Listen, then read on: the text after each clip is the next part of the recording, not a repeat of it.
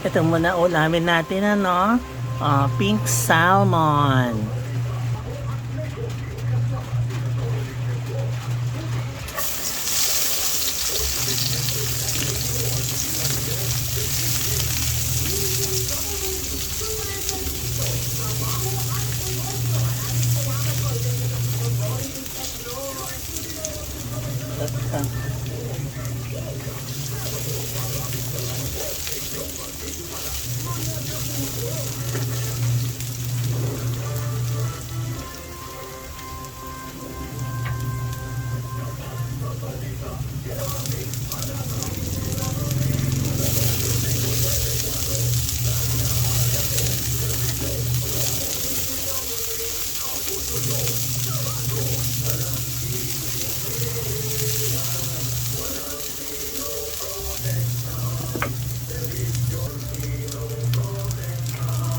Lagyan na po natin itong ating salmon.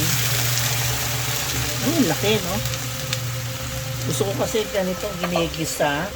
Parang yung mackerel, kung alam niyo yung Hokkaido mackerel, ganon. Masarap siya ginigisa.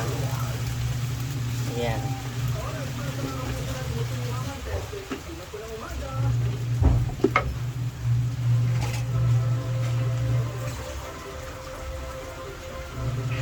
Lagay tayong tubig. Simmer muna yan. Ayan. Lalagay po tayo ng kalamansi.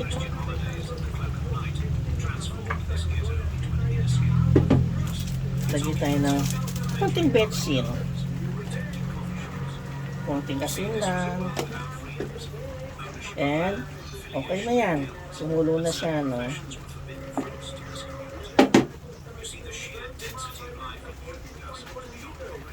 Muna natin.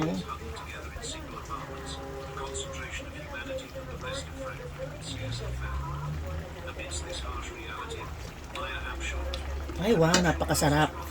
Pwede rin lagyan ng kahit anong gulay yan, ano? Kaya na tayo mga gigil.